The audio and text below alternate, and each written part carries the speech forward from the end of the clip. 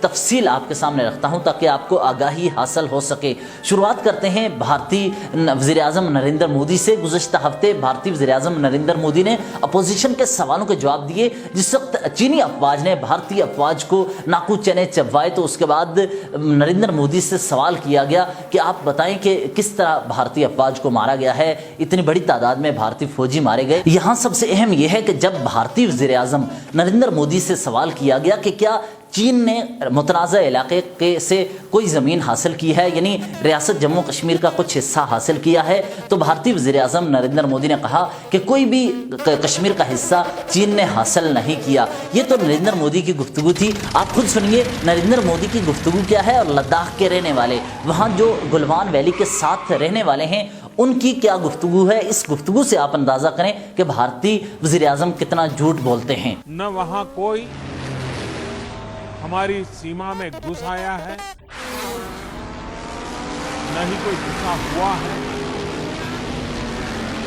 نہ ہی ہماری کوئی فوج کسی دوسرے کے قبضے میں ہے۔ تو ہمارا وہاں اتنا پرابلم ہے کہ جیسے ڈیمٹاک میں اپنا چارہ گاہ کرنے کے لیے ہمارا ڈیڑھ بکری کا چارہ گاہ وہاں کرتا ہوں، تو اس جگہ میں چینا والا نے قبضہ کر کے ٹین لگا کر کے بیٹھے ہیں۔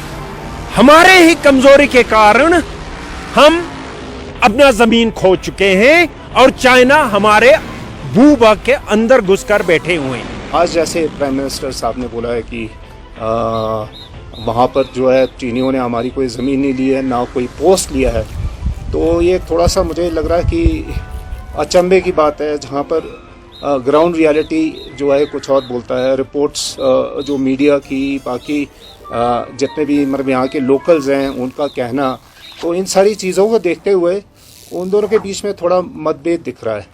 یہاں اپنے ریاست جموں کشمیر کے متنازع علاقے لداخ کے رہنے والوں کی گفتگو بھی سنی اور اس پر نریندر مودی کا جھوٹ بھی سنا۔ یہ ایک طرف جھوٹ، دوسری طرف بھارت نے لداخ میں کشیدگی کے حوالے سے اب روس کے کردار کو تسلیم کرتے ہوئے روس کو کہا ہے کہ آپ خطے میں اہم ترین کردار ادا کر سکتے ہیں۔ اس وقت چینی افواج بھارتی افواج کو مار دے رہی ہیں، چینی افواج بھارت کو شکست دے رہی ہیں۔ اس موقع پر بھارتی افواج پہلے ہی کہہ چکی ہیں کہ پلیز آپ اس خطے سے واپس چلے جائیں۔ تو اس کے بعد اب روس کے کردار کے لیے اب راجناتھ سنگھ رشیا جا رہے ہیں۔ ماسکو میں روسی اعلیٰ ترین سفارتکاروں سے ملاقات کریں گے۔ وہ رشیا کو اس بات پر قائل کریں گے کہ وہ اس خطے میں کشیدگی کم کرنے کے لیے اپنا کردار ادا کرے۔ ساتھ ہی آج صبح ہی لیہ سے کچھ ویڈیوز موصول ہوئی ہیں جس میں لیہ میں اور لداخ کے ایریا میں جو بھارت نے وہاں ہوائی اڈہ قائم کیا ہے، وہاں سے جنگی طیارے اڑتے ہیں اور وہ لداخ اور لیہ کی فضاؤں میں نظر آتے ہیں۔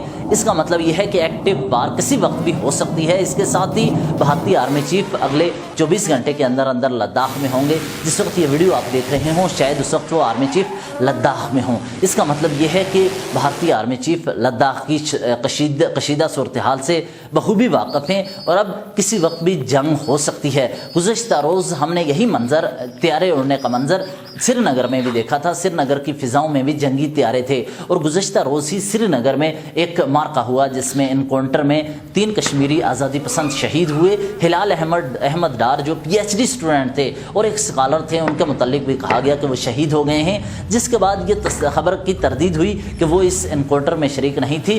گزشتہ ہفتے ہی ان کی گمشدگی کی اطلاعات آئی تھیں۔ ان کے گھر والوں نے کمشنر کو اور اعلیٰ حکام کو خط لکھا تھا کہ ان کو واپس لایا جائے۔ اس کے بعد مختلف ٹیموں نے مختلف علاقوں کا وزٹ کیا اور وہ مختلف علاقوں میں جا کر وہاں سرچ آپریشن کرتے رہے تاکہ ہلال ڈار کو ڈھونڈا جا سکے، لیکن وہ نہ ملے۔ جس وقت کل آپریشن ہوا تو کہا گیا کہ یہ پی ایچ ڈی اسٹوڈنٹ اس وقت بھارتی آرم فورسز کے خلاف جنگ کر رہے ہیں، اسلحہ اٹھا رہے ہیں۔ یہاں پر ایک اہم سوال ہے کہ کیوں پڑھے لکھے نوجوان بھارتی آرم فورسز کے سامنے آ رہے ہیں؟ اس کا مطلب ہے کہ آزادی کے لیے اب کشمیری نوجوان تیار ہو چکے ہیں، چاہے وہ پڑھا لکھا ہو، چاہے اسکالر ہو، چاہے پروفیسر ہو، چاہے ڈاکٹر ہو، ہر شعبہ زندگی سے تعلق رکھنے والا شخص اس وقت کشمیر کی آزادی اور جدوجہد میں شریک نظر آتا ہے۔